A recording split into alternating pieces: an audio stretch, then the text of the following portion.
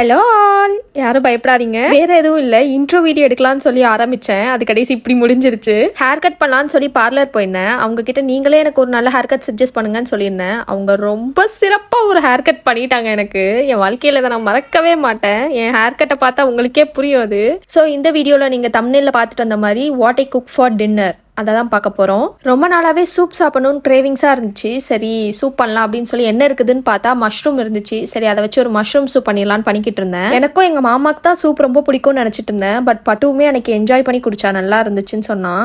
எது கொடுத்தாலுமே சூப்பர்னு நம்மளுக்கு ஒரு கிரெடிட் கொடுத்துருவா. க்யூட்டாக பண்ணும் தங்கம். நான் ஈவினிங்கே எல்லாமே ப்ரிப்பேர் பண்ணி வச்சுட்டேன். ஸோ ஒரு 1 ஹவர்க்குள்ளேயே எல்லாமே குக் பண்ணிட்டு கிச்சனை விட்டே வெளியே வந்துட்டேன். அது ரொம்ப ஈஸியாகவே இருந்துச்சு. என்னை பொறுத்த வரைக்கும் ப்ரெப்பிங் மட்டும்தான் ரொம்ப டஃப் டாஸ்க்குன்னு நினைக்கிறேன். எனக்கு அது பிடிக்கவே பிடிக்காது. எல்லாமே ரெடியாக இருந்ததுன்னா நான் ஈஸியாக குக் பண்ணிட்டு அப்படியே வெளியே வந்துடுவேன். நல்லாயிருக்கும். சூப் பண்ணுறது வந்து ஒரு ரொம்பவே ஈஸியான டாஸ்க்குன்னு தான் சொல்லணும். மேக்ஸிமம் எல்லாருக்குமே மஷ்ரூம் சூப்போட ரெசிபி தெரிஞ்சிருக்கும். இருந்தாலும் நான் இன்க்ரீடியன்ஸ் மட்டும் ஸ்க்ரீனில் ஆட் பண்ணுறேன், பார்த்துக்கோங்க.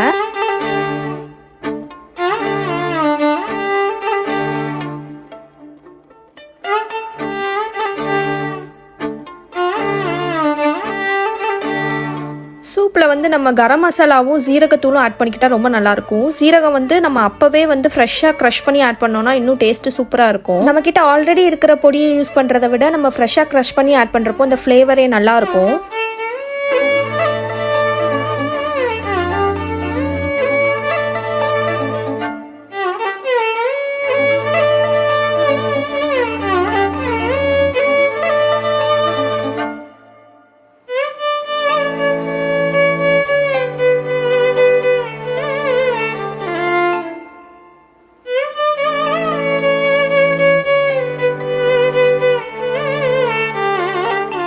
ஜென்ரலாகவே எனக்கு புளிப்பு டேஸ்ட் ரொம்ப பிடிக்கும். ஸோ நம்ம லெமன் இதில் லாஸ்ட்டாக ஸ்க்வீஸ் பண்ணுறப்போ அந்த சூப்போட டேஸ்ட்டே வந்து அது என்ஹான்ஸ் பண்ணும். இதை நீங்கள் மறக்காமல் கண்டிப்பாக ஸ்கிப் பண்ணாமல் ஆட் பண்ணிக்கோங்க. லாஸ்ட்டாக தான் நம்ம இதை ஆட் பண்ணணும்.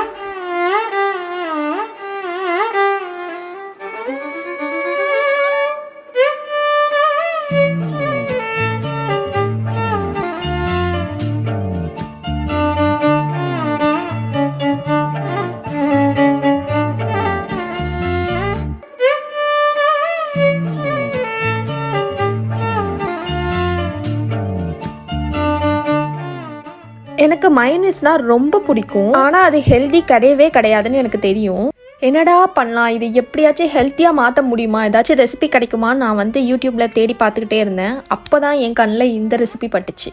விட்டுறக்கூடாது இதை அப்படின்னு சொல்லி ட்ரை பண்ணலான்னு இறங்கிட்டேன். இதோட கீ இன்க்ரீடியண்ட்டே கேஷ்யூ தான். அதுக்கப்புறம் நம்மளுக்கு ஃப்ளேவருக்காக என்னென்ன வேணுமோ நம்ம அதை ஆட் பண்ணிக்கலாம். எனக்கு பர்சனலாக கார்லிக் மயோனைஸ் பிடிக்கும். ஸோ அதில் நான் கார்லிக், அப்புறம் கொஞ்சம் பெப்பர், ஒரு 2 மின்ட் லீவ்ஸும் ஆட் பண்ணிக்கிட்டேன். இதுக்கு முக்கியமாக ஆப்பிள் சைடர் வினிகர் வந்து தேவை. என்கிட்ட அது இல்லாததுனால நான் அதுக்கு பதிலாக லெமன் ஆட் பண்ணிக்கிட்டேன். உங்ககிட்ட அது இருந்துச்சுன்னா 2 டேபிள் ஸ்பூன் ஆட் பண்ணிக்கோங்க. ஃபர்ஸ்ட் எல்லா இன்க்ரீடியன்ஸும் சேர்த்து கோர்ஸாக கிரைண்ட் பண்ணிக்கிட்டு அதுக்கப்புறம் அதில் கொஞ்சமாக தண்ணி ஆட் பண்ணி நீங்கள் கிரைண்ட் பண்ணிங்கனாலே ஃபைன் பேஸ்ட்டாக வந்துடும். நம்ம மயோனைஸ் ரெடி ஆயிடும். கண்டிப்பாக நீங்கள் மைனஸ்க்கு பதிலாக இதை ட்ரை பண்ணி பாருங்க. டேஸ்ட் அப்படியே மைனஸ் மாதிரியே தான் இருக்கும். அடுத்து நாங்கள் வந்து ஃப்ரைட் சிக்கன் வாங்கியிருந்தோம். நாங்கள் ஜென்ரலாகவே அதுக்கு பெரிய ஃபேன்லாம் கிடையாது. எனக்குமே சரி சுத்தமாக பிடிக்காது.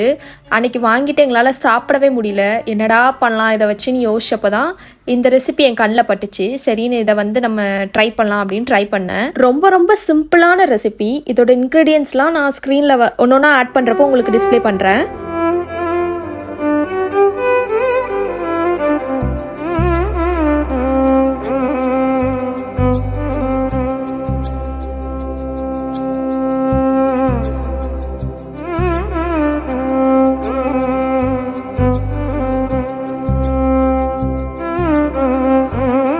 இதுக்கு பெருசாக எதுவுமே வேண்டாம். ஒரே ஒரு ஆனியன், ஒரு 2 க்ரீன் சில்லி போதும். உங்களுக்கு வேணும்னா நீங்கள் கேப்சிகம் ஆட் பண்ணிக்கலாம். இந்த ரெசிபி கிட்டத்தட்ட சில்லி சிக்கன் மாதிரியே இருக்கும். ஆனால் இது சில்லி சிக்கன் கிடையாது.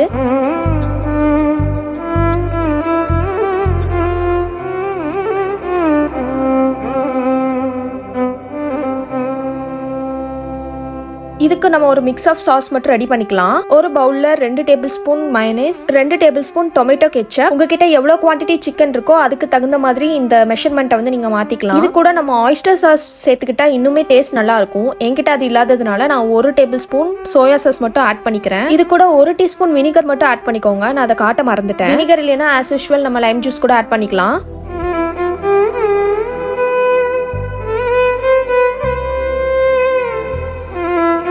இப்போ இந்த சாஸ்லாம் நல்லா சிக்கனில் கோட் ஆகிறதுக்காக கொஞ்சமாக தண்ணி ஆட் பண்ணிக்கிறேன். ஆட் பண்ண தண்ணி ஃபுல்லாக வத்தி வர அளவுக்கு சிக்கனை குக் பண்ணிக்கோங்க. லாஸ்ட்டாக கொஞ்சமாக ஸ்ப்ரிங் ஆனியன் அப்படி இல்லைன்னா ஆனியன் சேர்த்து அதை வந்து மிக்ஸ் பண்ணிக்கோங்க. அவ்வளோதான், நம்ம டிஷ் கம்ப்ளீட் ஆயிடுச்சு.